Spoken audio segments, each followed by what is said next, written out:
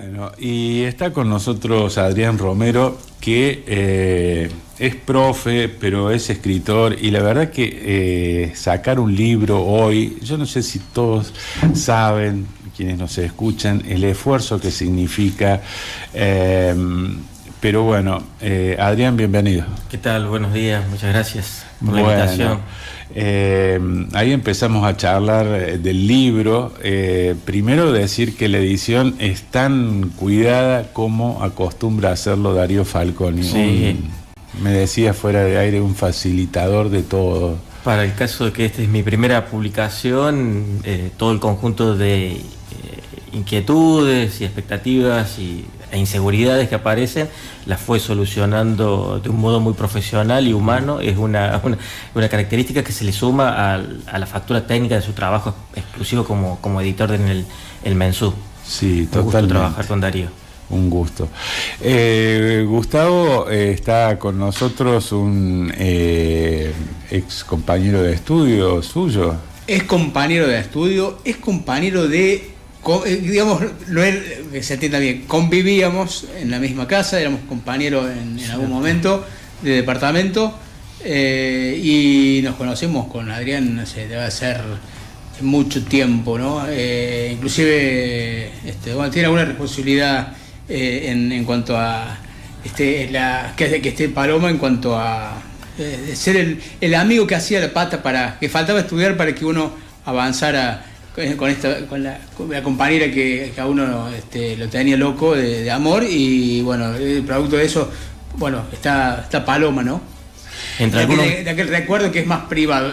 Con respecto a lo otro, una persona que llegó desde Belleville para estudiar comunicación, no solamente estudió, sino que se recibió, es licenciado, tiene algún doctorado también, más a sus estudios, que es en nuevos lenguajes de la comunicación por la Universidad de La Laguna en España. Aparte, profesor de las dos mujeres que comparten la mesa, en algún momento, profesor de la universidad, reconocido y... Supongo que de las 4 conductoras de Punto de Encuentro de las tardes de la radio, también todas. Sí, también, todos pasamos por introducción al periodismo de alguna u otra manera. Y de lo que cuentan, muy buen profesor. Aparte de gran persona, muy buen profesor. Profe, periodistas, políticos y policías, es el título, con una bajada, una historia de la prensa escrita en Villa María, 1882-1945. 1882-1945, tal vez hable de que hay una segunda parte, pero qué laburo de investigación. Claro, recién cuando mencionaba Gustavo la inevitable referencia con el mundo de la docencia, nosotros en la universidad somos docentes e investigadores, por lo tanto la alternativa de investigar es prioritaria. No podríamos estar en un aula repitiendo textos antiguos o con los que nos formamos nosotros, sino más bien producir conocimientos. Es el desafío de una universidad en una localidad del interior provincial. Y en esa investigación centrada en los medios de comunicación y el periodismo, desde hace mucho tiempo produzco algún conocimiento anclado. Mi pretensión era producir conocimiento anclado en la localidad y en la región, o sea, focalizarme en Villa María y en la región. Y necesariamente para comprender cualquier fenómeno histórico hace falta una historización, ir a ver cómo surgió eso que a nosotros nos interesa sobre lo que queremos conocer. Entonces, regularmente presento en eventos académicos algunos avances, pero algunos amigos, de tanto escucharme referir historias, me decía esto no se conoce, esto no se sabe, no soportaban más escucharme en los cafés, me dijeron, bueno, andá y publicarlo como si fuese algo sencillo, como si fuese algo fácil. Y ahí surgió la idea a fines del año pasado, terminé la investigación que comprende este libro, y la decisión de publicarlo con el Mensú, y bueno, el lunes fue la presentación. La actuación en el periodismo de figuras que para las generaciones nuevas tal vez no sean tan conocidas, pero que los que ya tenemos varios años hemos escuchado hablar de ellos: Lucio Capdevila, Fernando Correa, Bruno Ceballos, Ramiro Alfaro, Emilio Pellegrini, Sebastián Figueroa, Ernesto Álvarez y Garzábal, Salomón Deiber, el turco Deiber, el que dicen que es el que puso la ciudad a mirar hacia el río, porque antes el río era un basurero y la ciudad estaba de espaldas al río. El río era como para ir a tirar cosas. Claro. Y al hacer el Cristo y el zoológico y bueno, y la gruta, empezó a llevar hacia allá un poquito, a poner la ciudad de cara al río y no de espaldas. Pero tuvo su propio periódico, el Tercero Arriba era. Tercero Abajo, perdón, es el nombre del periódico, pero que lo tuvo a partir de 1929. El periódico Tercero Abajo fue fundado por Ramiro Alfaro, otra persona que mencionabas ahí, en 1907. Tuvo otros propietarios en su historia de ese periódico, y algo que cuento en el capítulo 3 es que, por ejemplo, El Heraldo, en los años 30, a fines de los años 20, comienzos de los años 30, El Heraldo era propiedad de un médico, Sebastián Figueroa, que aparece ahí mencionado, Sebastián Figueroa, que decía que competía desde luego con Tercero Abajo, y El Heraldo decía que Sabatini había montado un dispositivo de prensa para favorecerse su imagen y construir su proyección política, que después lo llevaría a la gobernación. Y en esa empresa así de blindaje que se hubiera construido Sabatini, ubica a un diario que se llamaba El Diario, que existía también en esa época, y a Tercero Abajo, porque antes de Salomón Deiber fueron directivos de ese periódico, fueron los directores Belloso Colombres y Carlos Barossi, es decir, dirigentes políticos radicales, personalistas que estaban cercanos a Sabatini. Algunos de ellos lo van a terminar acompañando cuando sea gobernador. Pero un poco el título del libro se explica porque hay siempre una disputa entre periodistas y políticos, que muchos de estos personajes cumplen los dos roles en el mismo momento. Son dirigentes políticos que compran, dirigen o escriben en los periódicos. La disputa, la polémica a veces adquiere el tono violento y ahí aparece la intervención policial, por un lado. Y por otro lado, la intervención policial también aparece por una figura que desapareció de la burocracia, que es el jefe político departamental. El jefe político. En ese periodo que yo tomo, la figura esa era generadora de polémicas, porque era designado por el gobernador, no llegaba con los votos, y a veces la orientación partidaria era diferente de las de intendentes, y ahí comenzaban los choques. ¿Quién gobierna en la ciudad? ¿Quién gobierna el departamento? Siempre considerando que Villa María es como una ciudad referente para el departamento, que en aquel momento se llamaba Tercero Abajo y hoy se llama General San Martín. Vamos al comienzo, el diario El Sol. El Sol, 1882. Sí, el capítulo 1 yo presento cómo pelean, cómo disputan el periódico El Sol desde Villa María, creado en 1882, con el periódico La Verdad, que 2 años después, en 1884, el sector católico de Villanueva pone en circulación. Es decir, confrontan ideológicamente el liberalismo con el conservadurismo o el catolicismo, los masones del lado de Villa María versus los conservadores del lado de Villanueva, y se dicen de todo, eso lo cuento en el capítulo 1, y hacen de todo. Era común en el momento ataques a las imprentas, empastelamientos de las imprentas. Llegan a ver... ¿Qué es el empastelamiento? El empastelamiento consistía en ingresar violentamente a la redacción y alterar la composición de los tipos con los cuales se había preparado la página. Era como modificarle el Word, alterarle el Word al diario de la competencia. Sale todo mal escrito. Claro, no lo podían sacar. Y ese era un ataque, un estilo de ataque muy común en ese periodo, en Villa María y en otras latitudes. Ingresar por la noche o por el día, modificar toda la configuración de los tipos de las letras armadas, en ese momento la forma de impresión. Composición en caliente, que se llamaba con los tipos de Gutenberg, los títulos más grandes, inclusive con cuerpos de madera. Desde luego, y ese trabajo era, alterar eso era un daño tremendo, también otros daños a la imprenta, y a veces los ataques eran con armas de fuego, o sea, Facundo Tessera de Villanueva termina hospitalizado por un balazo. No necesariamente quiere decir que fueran efectuados por los dirigentes o los periodistas, no necesariamente del Sol, pero llegaba a ese punto de violencia, y bueno, y eso después en el siglo XX continúa, no es que desaparece.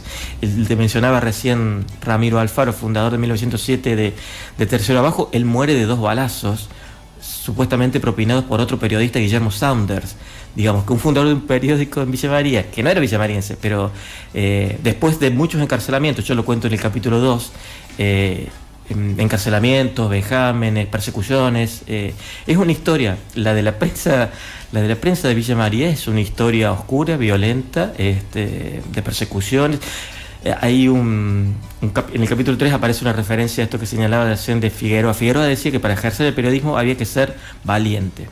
Uno debiera tener técnica, destreza, compromiso, argumentos, pero también ser lo suficientemente valiente como para sostener con el cuerpo aquello que publicaba en el papel. Y los desafiaba Figueroa a que los refutaran, los esperaba en José Ingeniero 291, donde tenía la redacción El Heraldo. Segurola y La Habana. Era el equivalente a Segurola y La Habana, hecho por un médico. Figueroa era un médico, no era un militar o alguien que de fuera de armas tomar, pero a veces un indicador del grado de compromiso y de violencia que implicaba el trabajo periodístico. Y cierro con esto que señalabas recién de Salomón Deiber y esa caracterización que le conocemos, por un lado de ser el director de Tercero Abajo y el otro por darle importancia a los sectores populares y habilitarles el río para el esparcimiento, el parque, el zoológico, el Cristo Redentor. Esas obras y su perfil son fuertemente impugnados por 2 periódicos. El Gallo, primero en 1941, y El Sol, segunda etapa, en 1942. Esas 2 publicaciones las puso en marcha Eneas Álvarez y Garzábal, y eso lo cuento en el capítulo 4. Las barbaridades que decían El Gallo y El Sol sobre Deiber, sobre su persona, sobre su formación, incluso sobre su aspecto físico. Llegan a hacer referencia a su pescuezo sudoroso y atocinado, su andar, su barriga prominente, digamos. Otro lenguajes de odio, 1940. Qué bárbaro, tremendo. Bueno, Deiber, creo, en su primera etapa, saca, cuando asume la intendencia, creo que saca las cuentas de la municipalidad. Así recibí la municipalidad, creo que era el título, una cosa así. Y el Eneas Álvarez Garzábal le va a refutar, así recibe la municipalidad. Y así está entregando la municipalidad cuando lo deja, mostrando como que hubiera robado, como que hubiera hecho un mal manejo de los fondos públicos. Deiber termina encarcelado. Yo termino en 1945 cuando él consigue la condena, que es condenado, y después obtiene la libertad, pero fue acusado de malversación, fue condenado, mientras ejercía una doble tarea, de ser el director de Tercero Abajo y periodista, y la de ser intendente. Fue intendente hasta el 4 de junio del 43. Hoy es 4 de junio, ¿verdad? Sí. Hasta el 4 de junio del 43, con la revolución del GO de aquel momento, él, como era intendente radical, decide renunciar. Como de intendente renuncia en solidaridad con el radicalismo, pero como director hábil del periódico pone a disposición Tercero Abajo para las autoridades que surgieron de la revolución, desde la cual derivaría Perón, y por eso ya eso sería para una segunda parte. Bueno, para una segunda parte, sí. Yo tengo una consulta. Totalmente. Yo quiero saber cómo fue acceder a fuentes o información que es de 1882. ¿Cuáles fueron los desafíos? Eso es fortuito. Siempre la investigación se propone o está asociada con la idea de una sistematización, un rigor y demás, pero también hay algo de azar. En este caso hubo bastante de azar.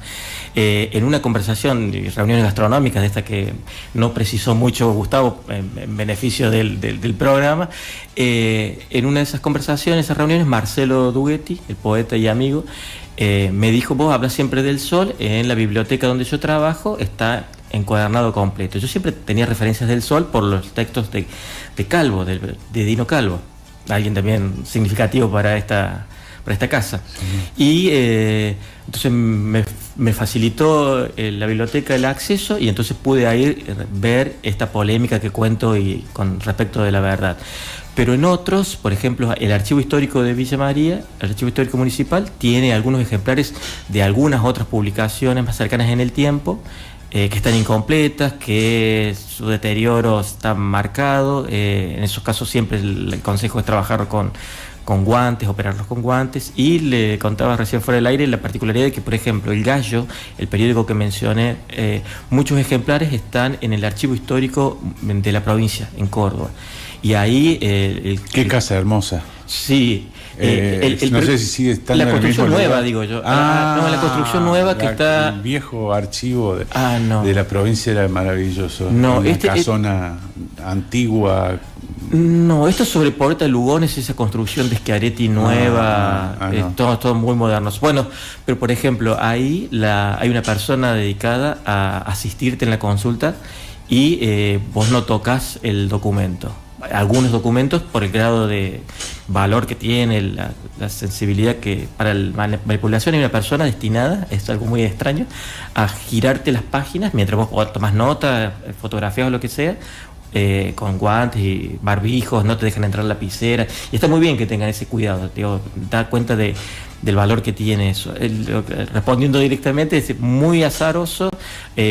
Por suerte hay algo de archivo, por suerte hay bastante archivo. Lo que mi preocupación es quién se encarga de conservar esos archivos y quién produce nuevos archivos, nuevas hemerotecas. Ustedes en la radio, pero eso es el diario, han cedido a la Universidad de Villa María para su cuidado, conservación, restauración, una colección importante, pero hay muchas otras publicaciones que a veces, revistas culturales, algunos periódicos que han tenido una corta vida, que sería importante, que no son de 1882, pero así como nos causa extrañeza 1882, para mucha gente en el futuro, 2025 va a ser muy pasado. Y mi preocupación, ahora que hay mucho material digital, quién conserva, quién guarda, quién hace un acervo de eso, me parece que es un desafío. Adrián, dentro de los desafíos de la investigación y de acceder a esas reliquias de la historia gráfica, ¿no?, de Argentina y de Villa María en particular, sí. ¿Qué trabas tuviste a partir de los archivos privados? Por ahí hay gente, hay familias que conservan colecciones completas de periódicos de hace muchas décadas atrás. Hay un periodo de los años 30 y 40 que, por ejemplo, de tercero abajo, yo no conseguí acceso al archivo privado. Por suerte, otros investigadores de Villa María sí consiguieron, está en propiedad de la familia Bota. Hice gestiones ante ellos, concretamente el concejal, muy buena predisposición, pero nunca terminamos de concretar si venite al día o si podés consultar de otra manera. Yo creo que se podría haber enriquecido el trabajo de este libro si hubiera tenido acceso, porque a lo que yo accedí son a recortes. Por ejemplo, una noticia que alguien registró como una fotografía, pero es de esa noticia o de 2 o 3 noticias. Y, por ejemplo, por el enfoque que yo le doy, me importa si salió en la tapa o salió en la contratapa, si salió en una página impar o si salió en una página impar. Y poder tener acceso a todo el documento completo siempre es preferible, para mi caso, porque ahí puede aparecer algo en un espacio desjerarquizado que para mí es significativo. Pero eso es un déficit. Ojalá las autoridades o quienes correspondan puedan hacer que pasen a la esfera pública aquellos documentos, archivos que a lo mejor que tienen un valor para la comunidad. O sea, comprendo que para la familia tienen un valor, desde luego, pero para la comunidad mucho más. Vuelvo 2 segundos con la consulta. Pueden preguntar por 1882, por ejemplo, y ese archivo. Otra cuestión azarosa fue que, por ejemplo, no hay en el archivo local de tercero abajo, más que hasta el 1908, y después pasa a 1925, y yo tengo una preocupación personalísima de saber cómo murió, cuándo murió, en qué condiciones murió o fue asesinado Ramiro Alfaro. Yo sé que en el 29 ya estaba muerto, sé que en 1910 estaba vivo, pero en el largo periodo se me pierde, no tengo datos. Y azarosamente, en un TikTok que alguien subió, alguien filmó en la ciudad de Córdoba, 5 segundos, una tapa de un tercero abajo de 1916. Pero 5 segundos, comentando de modo gracioso de que su familia de Villa María tenía dinero y ahora ellos eran pobres. Entonces, pero no alcanzaba a distinguir porque eran 5 segundos de la filmación, alcancé a ver solamente eso. Se me puse en contacto, Rodrigo Arévalo, un TikToker fanático de Belgrano, de Córdoba, me contacté de modo privado y después de muchas gestiones me dijo, no te lo regalo, no te lo vendo, no nada. Dice, pero yo te puedo decirle a mi mamá que tome unas fotos y te las pase.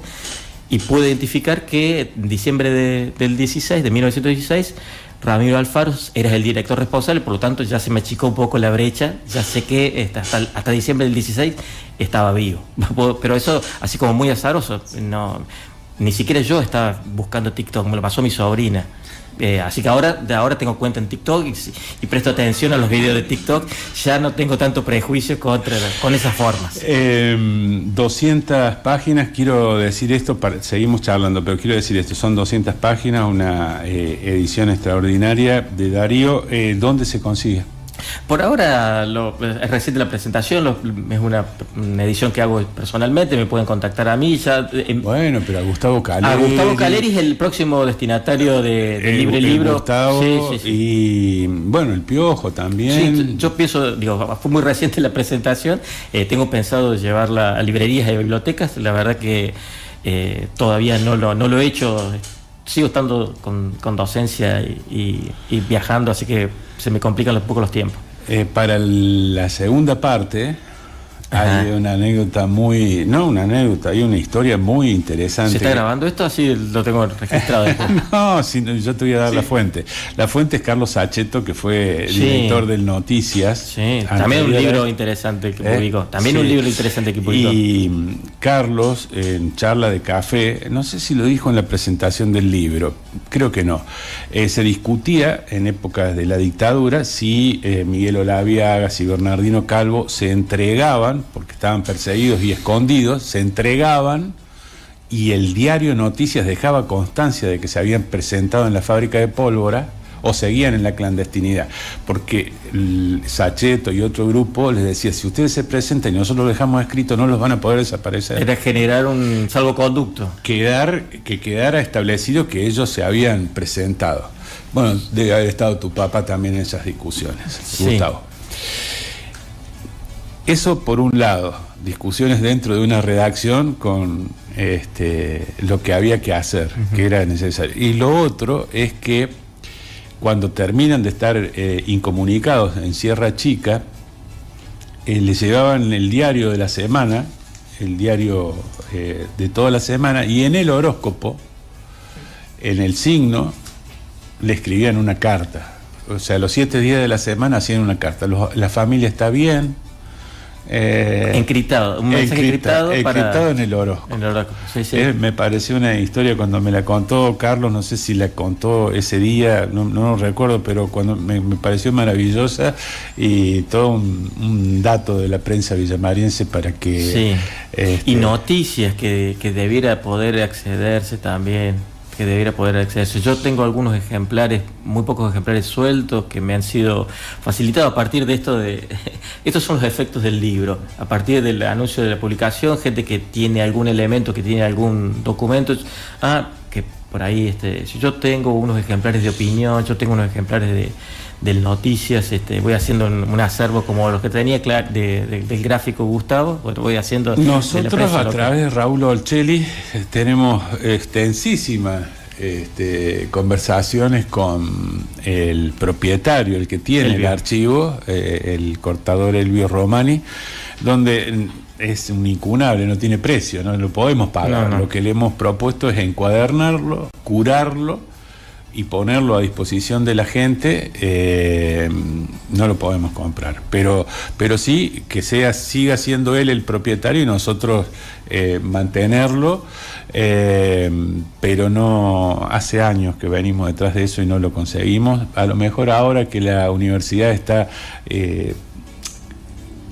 curando y digitalizando además los ejemplares del diario de estos 40 años, capaz que por ese lado, junto con la universidad, consigamos que, porque son un Ojalá. montón de años de historia que están ahí reflejados. Sí, sí, porque tiene un valor para la generación de conocimiento. El libro se propone, en todo caso, la investigación se propone salir de las periodizaciones y las categorizaciones que están centradas en experiencias de o prensa porteña o europea, norteamericana, y ver, yo creo que hay una riqueza en las experiencias periodísticas o comunicacionales en general de las ciudades medianas de las provincias argentinas. Eso hay mucha gente que está viéndolo, y si no tenemos los documentos va a ser un poco difícil. Creo que tenemos que ser capaces de producir, en el caso de los docentes investigadores, pero también para conocimiento de la comunidad, le hemos dado, por las características que tiene Villa María, como cualquier otra ciudad, le hemos dado una impronta al ejercicio del periodismo. De modo despectivo, lo cuento en el capítulo 2, de modo despectivo, la prensa cordobesa, los principios de La Voz del Interior, decía que en Villa María se hacía periodismo rural, u otra categoría era periodismo de campaña, esa vieja idea de que está la ciudad y después lo que resta es el campo, la campaña, como si fuese el periodismo y los periodistas del interior provincial de menor calidad y su trabajo también de menor valor. Yo creo que hace falta, no sé si ponerlo en línea de competencia, pero sacarlo al menos de como si fuesen estas experiencias menores o experimentales, alejadas de la profesionalidad. Sí, esto es todo un tema, porque en muchas de nuestras páginas de los días domingo o de los lunes, por ahí se van en el partido que jugaron Hipólito Yrigoyen de Tío Pugio contra San Lorenzo de las Perdices. Pero es que a la misma hora que están jugando, o San Lorenzo de las Playas contra River de Barrio Almirante Brown, a la misma hora están jugando el Bayern Múnich y el Borussia Dortmund por televisión. Uh-huh. Y si no lo reflejamos, bueno, es como que no existiera. Entonces, por ahí también somos un poco orgullosos del periodismo del interior, y a veces sí se siente que te ponen en un plano menor, pero es a lo que nos dedicamos, a informar de lo que pasa acá. Lo que pasa afuera, a 700 kilómetros, la gente ya lo sabe. No sabe lo que pasa acá a la vuelta. Se hace mejor o peor, pero digamos, hay un periodismo que ha sobrevivido por ser eso, localista, regional. Quedan pocos diarios y bueno. Sí, las ciudades necesitan y se dan su propio órgano de prensa, y hacen lo que hacen, no con peores herramientas que las que pueden hacerse en otro lugar. ¿En qué momento convivieron más periódicos juntos en Villa María? Es medio difícil, una pregunta que me hacen regularmente. Las décadas del 20 son periódicos, hay muchos periódicos que surgen en contextos electorales, pero agotada la elección, contado el último voto, desaparecen.